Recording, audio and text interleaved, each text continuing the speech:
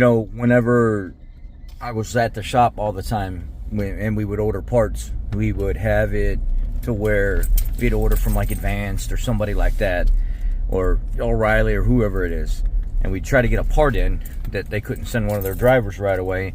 And if it was going to be a while, what they'd do is they just set up a Doordash.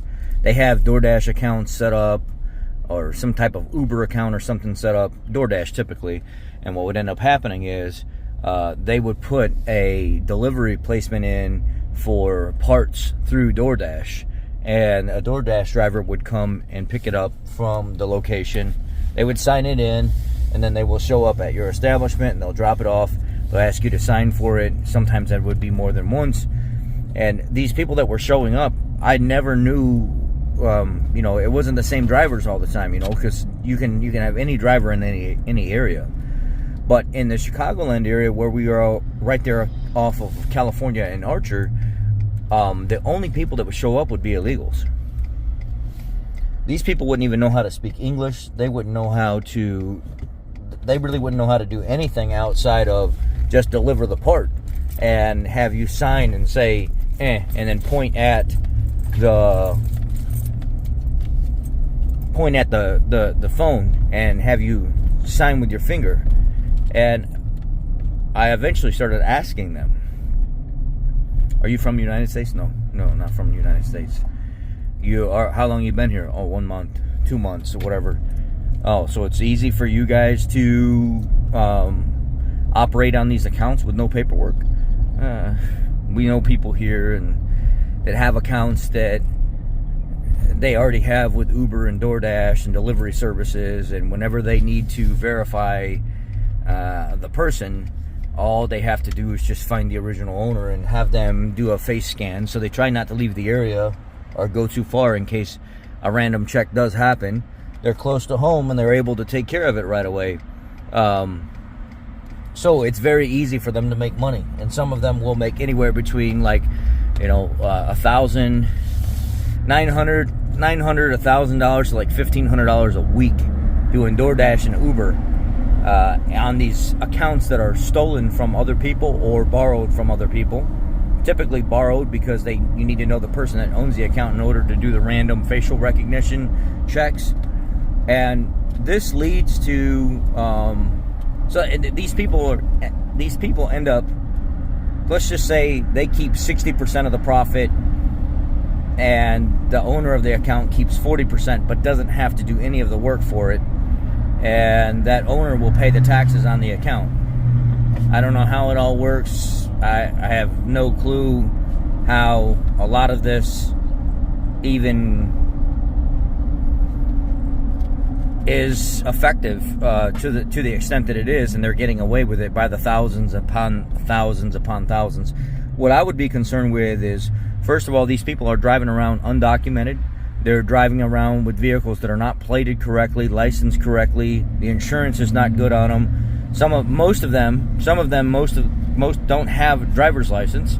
They don't have proper legal venue or path to be on public roadways with everybody else. So if they hit or run somebody over, kill somebody or whatever, you're screwed. Hopefully you got really good insurance. And on top of that, a lot of these people are not just from Venezuela and Guatemala and Honduras and stuff like that.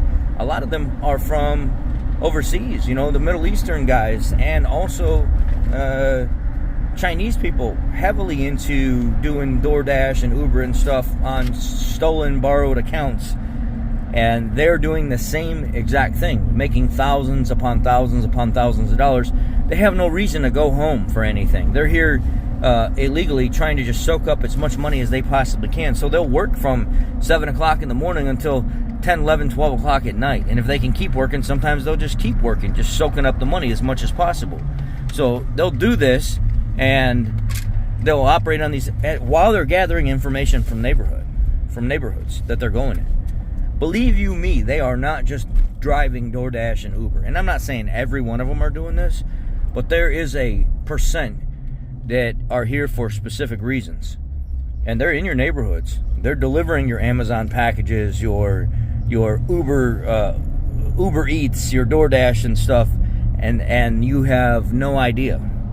And they try to figure out, they try to get the information that they need on specific areas and specific people, who lives the best, who seems to have the most money, who has the, what homes are the ones that look like they're the easiest to take things from. And they'll share that information with other people.